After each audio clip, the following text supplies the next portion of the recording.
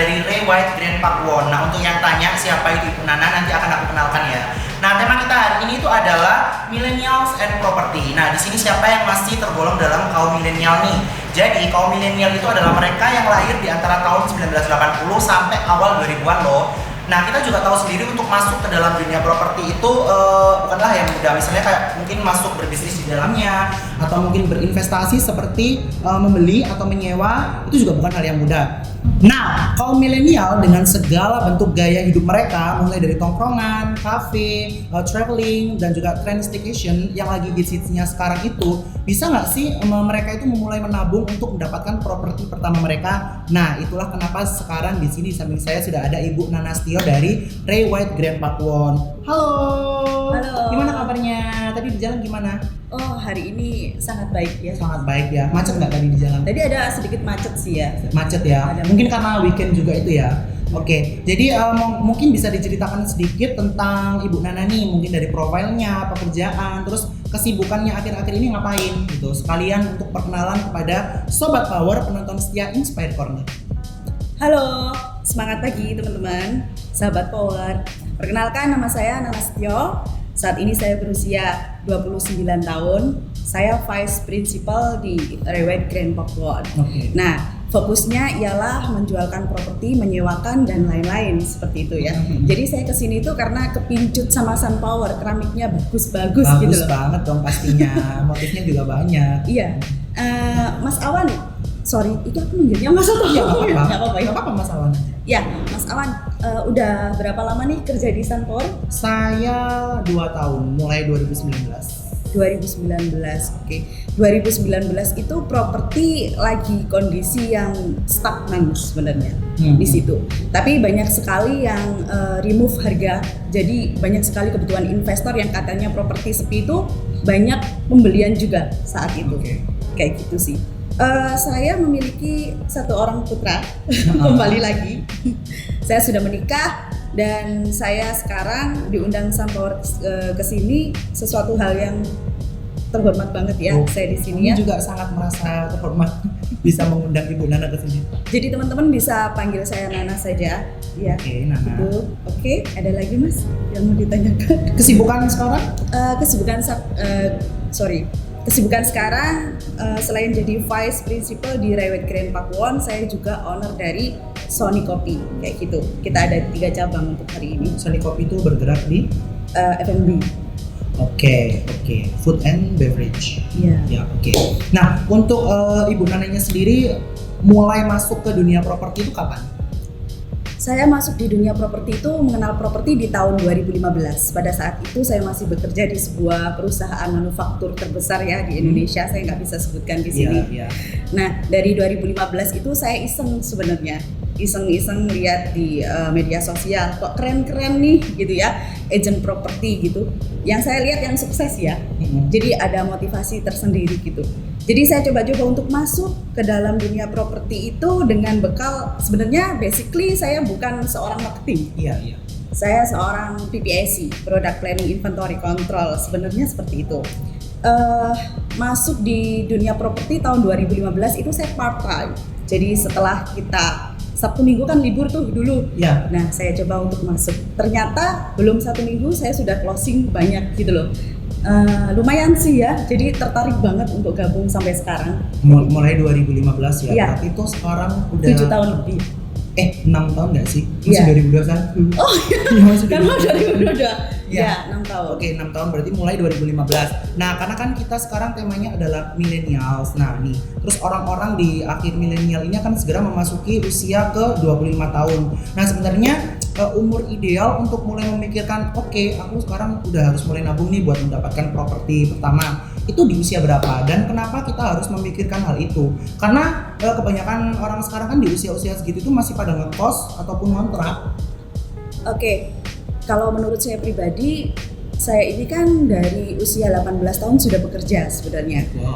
Jadi saya itu sudah ada kepinginan dari usia 19 tahun itu punya properti sendiri. Jadi pada saat umur 19 tahun itu kan saya masih belum pegawai tetap. Di umur 20 tahun itu saya sudah pegawai tetap. Jadi saya langsung cepet-cepet untuk KPR properti dan sekarang udah lunas gitu ya. Kalau umur yang ideal mungkin kembali ke masing-masing individu, karena sekarang kan kita nggak tahu ya itu individunya mereka sudah bekerja tetap. Kan yang pertama ialah kemampuan individu untuk mereka bisa ngangsur rumah sampai lunas seperti itu. Berarti kembali ke kemampuan masing-masing pribadinya itu tadi. Tapi memang kalau secara average rata-ratanya ya, itu saya biasanya customer saya itu usia 31 itu udah pasti ACC. Jadi banyak sekali pembelian di usia 31. ACC untuk KPR itu tadi. Usia 31 tahun, berarti saya masih ada beberapa tahun ke depan. Tapi sebenarnya sebaiknya kalau sudah merasa mampu, segerakan untuk beli properti. Karena kita tidak tahu kedepannya itu bunga bank berapa. Kecuali kalau kita sudah dapat warisan nih, terus aku beli cash aja, kita udah nggak membingungkan untuk bunga bank. Karena kan bunga bank itu fluktuasi terus ya, maksudnya ada kenaikan terus dan itu loh.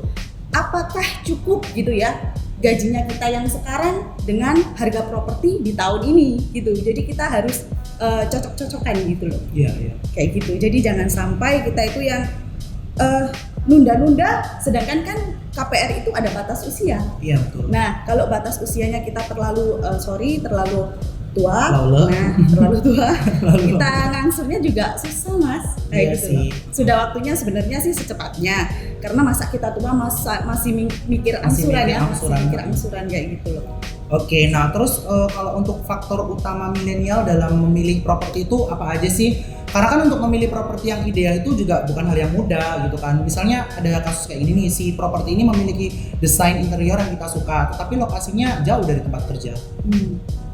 Kalau saya yang pertama ialah kemampuan pembayaran, yang kedua lokasi, yang ketiga fasilitas kayak gitu. Pembayaran, lokasi, fasilitas atau developernya kayak gitu, pengembangnya gitu sih. Karena jangan sampai kita asal beli properti tapi pengembangnya itu dipertanyakan seperti itu. Karena legalitas kan penting. Iya sih, kayak SHM atau itunya. Iya, ada beberapa legalitas yang di developer itu juga kan banyak sekali sih mas ya. Kecuali kalau kita belinya di developer besar yang mereka juga sudah punya sejarah pembangunan di masing-masing daerah kayak gitu. Jadi ada recordnya pembangunannya kayak gitu loh. Oke, nah untuk Bu Nana sendiri nih, kaum milenial sekarang ini mending beli rumah atau sewa rumah? Beli dong, beli properti dong. Alasannya gimana? Bisa dikasih tahu nggak ke kita semua? Alasannya kalau kita sewa, memang semuanya kan kembali nih. Aduh, aku masih belum mampu untuk beli properti, oke.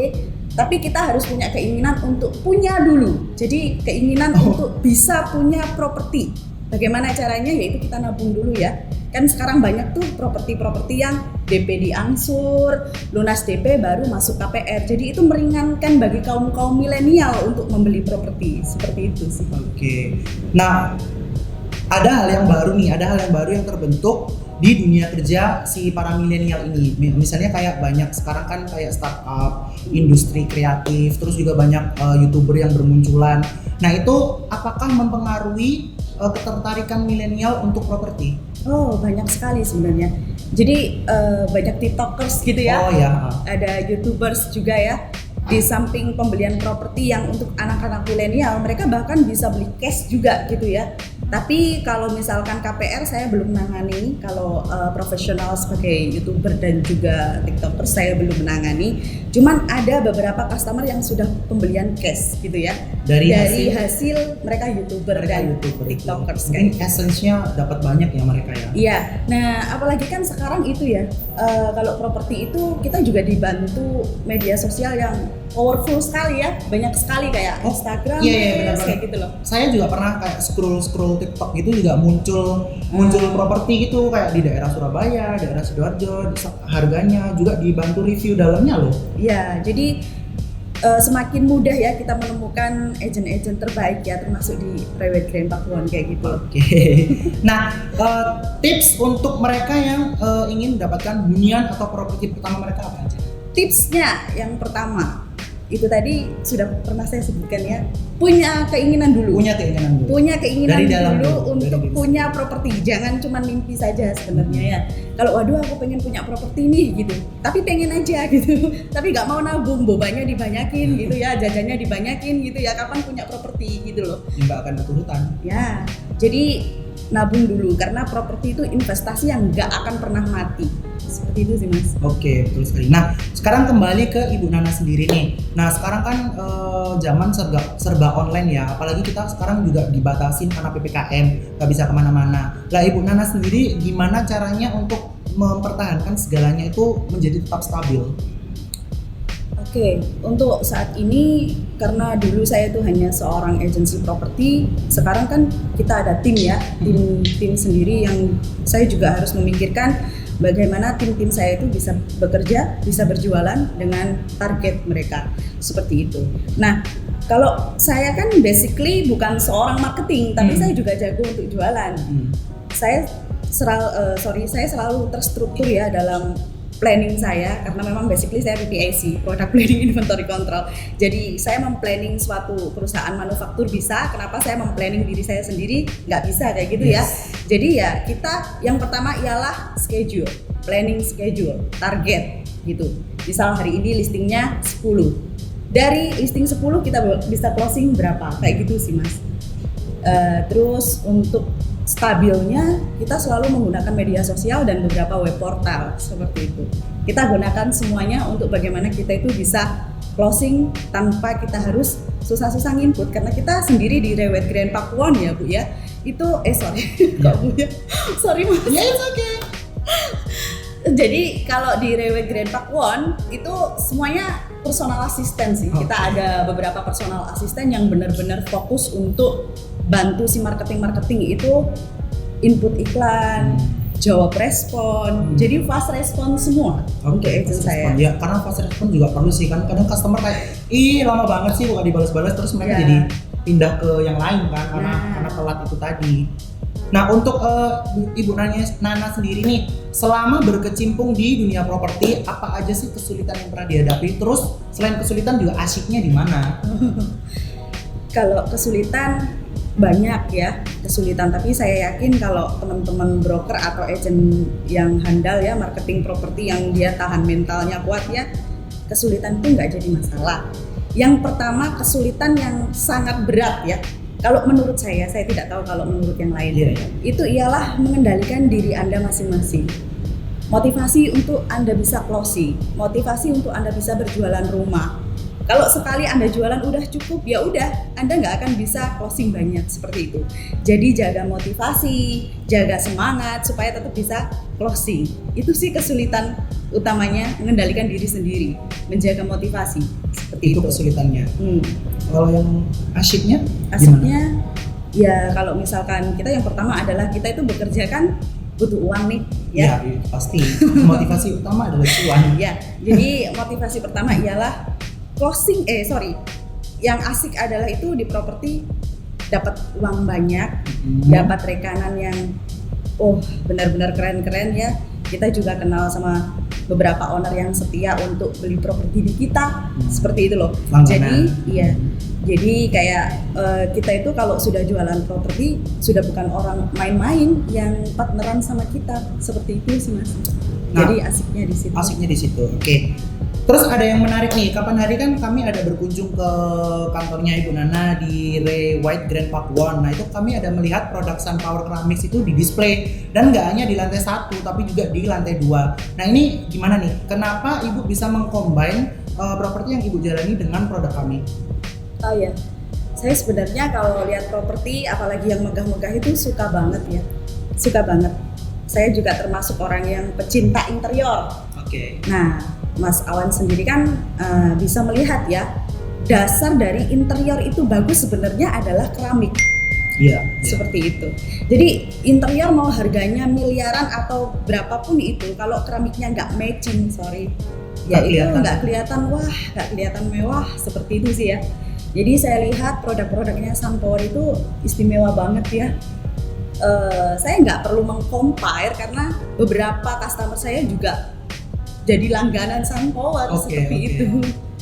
Untuk harga, kualitas juga number one sih kalau menurut saya ya. Nah itu tadi bincang-bincang kita hari ini dengan Ibu Nana Setio dari Rewet Grand Pakuwon. Nah dengan usia milenialnya beliau saat ini cukup sibuk banget ya, udah kerja di agen properti, terus punya usaha sendiri. Kurang hebat apa lagi coba? Jadi buat kalian milenial bisa meniru cara beliau ini. Nah, terima kasih untuk penonton setia Inspire Corner. Kita jumpa lagi di Inspire Corner minggu depan. Bye bye. Nah, kaum milenial sendiri dengan sendiri. Oh, itu kan usaha Anda sendiri. Nah, itu tadi bincang-bincang kita hari.